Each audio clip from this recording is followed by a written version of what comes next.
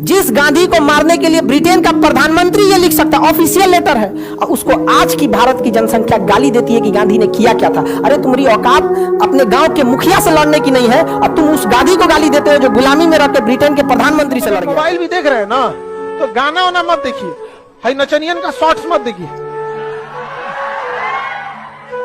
आपको कुछ भी देखिए, उससे नॉलेज होना चाहिए, इंटरटेनमेंट नहीं।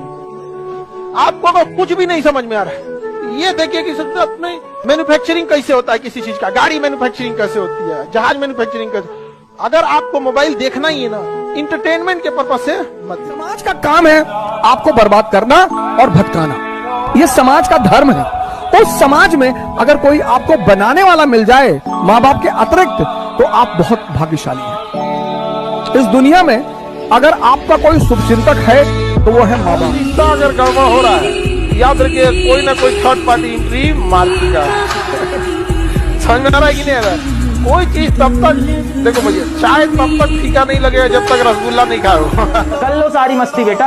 आप जब यहाँ पे मस्ती कर रहे हो ना बेटा, सारी दुनिया पढ़ रही है इस समय। और जो तुम्हें लग रहा है ना, जो तुम्हारे दोस्त बोल रहे हैं कि क्या ही होगा बोर्ड की पढ़ाई करके, बोर्ड में कम नंबर रह गए तो क्या ही होगा, देखना बेटा जिस दिन रिजल्ट आएगा ना, यही दोस्त 90% लेके टहलेंगे और तुम्हारे घर आके तुम कैसे बनेंगे, क्या हुआ तेरे 60 ही रह गए, अरे पढ़ लेना चाहिए था।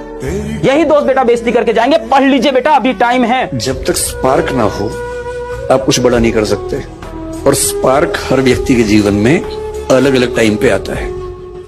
और हम 13 साल में 14 साल में उम्मीद करें कि बच्चा कमाल कर दे, उस स्पार्क का वेट कीजिए, चिंगारी कभी तो लगेगी। राम को संघर्ष करना पड़ा, कृष्ण को करना पड़ा, मोहम्मद को करना पड़ा, जीसस को करना पड़ा, बुद्ध को करना पड़ा, महावीर को करना पड़ा, किसको नहीं करना पड़ा। और तुम बिना संघर्ष के राजा बनना चाहते हो, संभव ही नहीं है। रखिएगा, ऊंचाई पर ठहरने का जगह नहीं होता है, इसलिए जब आप चिड़िया चढ़ रहे होते हैं बुलंदी की, तो जो लोग रास्ते में मिले उनसे अच्छा रिश्ता होना चाहिए, क्योंकि लौटते समय उन्हीं से मुलाकात होगी। गालिब साहब ने ना एक बात कही थी कि फिर नहीं बसते वो दिल जो एक बार उजड़ जाते हैं गालिब, कब्र को कितना भी सजाओ कोई लौट कर नहीं आता। बच्चों से बोलता हूँ कि अपने सपने हमेशा अपनी औकात से ऊपर देखो, एक दिन देखना तुम्हारी औकात तुम्हारे सपनों से बड़ी बन जाएगी। आपकी तारीफ कर रहा है वो मौके की तलाश में है, जिस दिन मौका पा जाएगा पहला वही आदमी होगा जो आपकी बुराई करेगा। नियम है ये, जो भी आपकी तारीफ कर रहा है आपकी उपलब्धि पर, जिस दिन आप फंसोगे वो सबसे पहला आदमी होगा। दुनिया में कोई वफादार नहीं है भाई, हम लोग हमेशा बोलते हैं कि ये मेरा अपना है, ये मेरा अपना, कोई अपना नहीं है। आप इस दुनिया में अकेले आए थे, अकेले ही जाओ, सिंपल सा फॉर्मूला।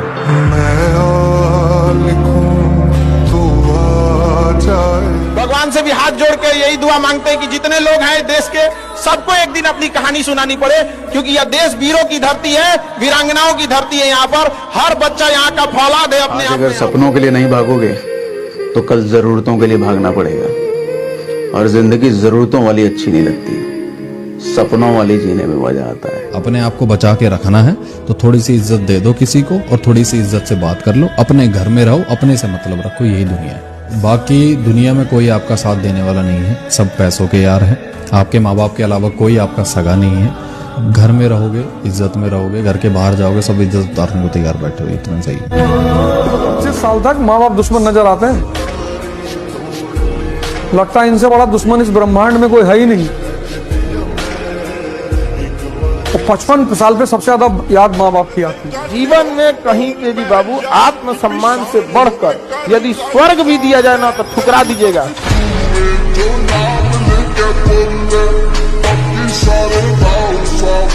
ऐसा नहीं कि तुम बड़ी बातें करो छोटे घर के होगे, क्योंकि अगर तुम बड़ी बातें करने लगे तो एक दिन तुम बड़े हो जाओ। अच्छे इंसान और अच्छी किताबें जल्दी समझ में नहीं आता है, वक्त लगाना पड़ता है। समझ आ गया? बहुत दूर तक जाना पड़ता है ये जानने के लिए कि करीब कौन था। आप वैसे लोगों से बचिए जो आपकी तारीफ करके आपको बिना मतलब खुश रखता है। देखिए, कुछ सच कड़वे लग सकते हैं, माँ बाप और शिक्षक का डांट थोड़ा कड़वा लगता है, लेकिन वो बाकी आपको थोड़ा कठोर बनाना चाहता है।